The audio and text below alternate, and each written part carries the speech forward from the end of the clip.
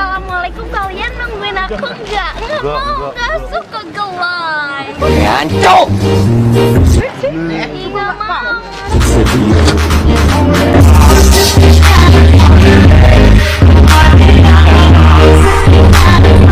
Amprih pede ngadepi wong ngeten. Pede ngadepi wong segala sesuatu ngeten. Niki nuwun sewu nggih. Sing kula aturaken rumiyin nate matur. Jadi bila mana kita mau berpergian, niki nuwun sewu. Dungane niku awake dhewe kudu eling. Dadi ngeten nggih.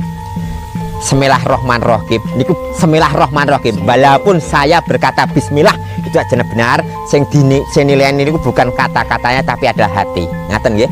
Bismillahirrahmanirrahim. Pamarpe budal ngadepi segala sesuatu ngaten. Heh Kakang Nagaraja ingsun Sang Utaka amata ajine Sikundala mulya pangleburing dina 7 pasal 5 taun 8 aksara kalih dasa wuku 3 dasa tumapaking dinten upama iki mang dinten napa ing nyebuta dina upama dina Senin Pon ayo padha lelungan reksanen aku kudungku turuke mbokku tekenku pline pakku slamet-slamet saking kuasaning Allah menika ngaten. Mbak, di film G30 SPKI, kenapa PKI kelihatan jahat banget? Di situ diperankan di film tersebut. Lah, film PKI tersebut sudah dilarang Kominfo ya untuk ditayangkan lagi untuk pelajar-pelajar. Dan film G30 SPKI ini sudah tidak boleh diterbitkan lagi. Kenapa alasannya? Kalian googling lagi lah. Nanti kalau aku ngomong, nanti kalian nggak percaya. Mbak ini siapa sih? Kok harus dipercaya seperti itu. Jadi kalian googling aja dari berbagai sumber. Karena film G30 SPKI yang selama 30 tahun meracuni, mendoktorin generasi muda sampai kita tua-tua segini, kita tua ini, kita taunya PKI jahat, PKI jahat. Padahal dibalik itu semua film tersebut dipalsukan oleh Soeharto agar timbul satu nama pahlawan atau dianggap pahlawan, yaitu Soeharto sebagai pahlawan penumpas PKI. Gus Dur pernah menerangkan ini semua. Ingat ya. Banyak rakyat Indonesia yang keluar-keluar teriak-teriak anti WNA yang kerja di Indonesia. Mereka kalah saing, takut kalah saing. Rakyat Indonesia banyak yang nganggur, kenapa WNA pada masuk? Yang disalahin Presiden Jokowi dan pemerintahan sekarang. Padahal yang menandatangani perdagangan bebas yaitu SBY, tapi kalian selalu menyalahkan Jokowi. Padahal SBY loh yang menandatangani perdagangan bebas. Kalian tahu zaman SBY ada pembangunan apa? Yang jelas saat zaman SBY itu kalau di Bali itu banyak perizinan hotel yang banyak. Tidak memikirkan rakyat. Zaman Pak Jokowi banyak pembangunan, jalan tol, semua Papua ke Indonesia itu sudah nyambung.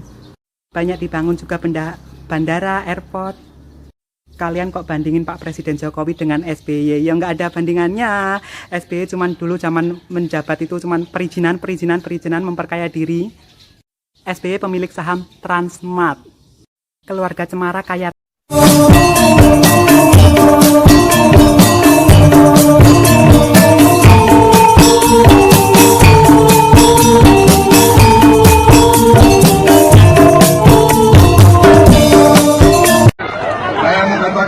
Saya sudah pertaruhkan nyawa saya untuk Pancasila NKRI. Sekarang pertanyaan saya, apa Pancasila enggak?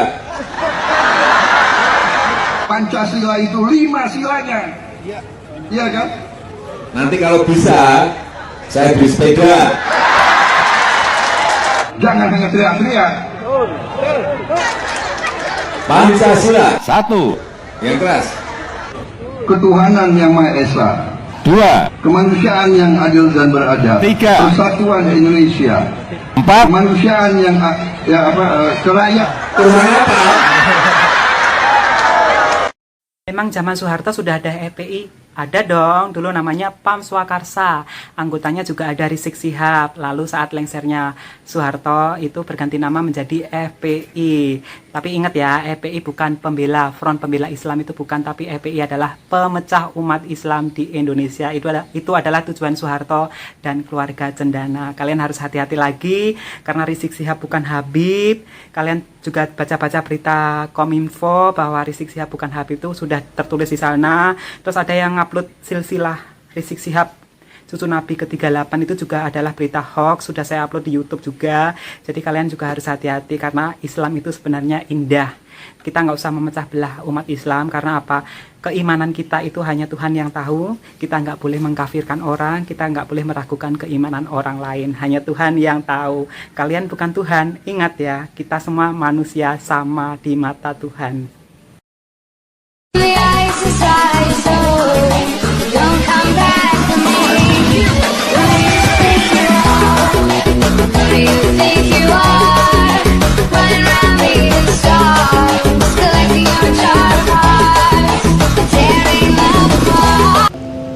Pura-pura gila aja biar ngadepin orang yang jahat. Pura-pura gila ngadepin orang jahat gitu, biar dikatain gila tapi aku tidak gila gitu. Karena banyak di sekeliling kita, banyak musuh di dalam selimut yang modalnya iri dan dengki. Itu udah biasa menurut saya, udah gak heran lagi. Apa katanya emang gue pikirin.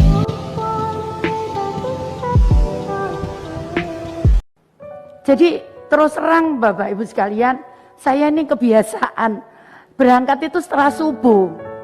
Saya keluar itu sejak kepala dinas, saya kepala dinas kebersihan, saya ngontrol kota itu bersih apa enggak. Nah di situ saya ketemu, jadi tidak ada niat demi Allah. Saya berani disumpah dengan Quran. Saya tidak pernah niat blusukan atau cari-cari. Tapi itu saya temukan di jalan.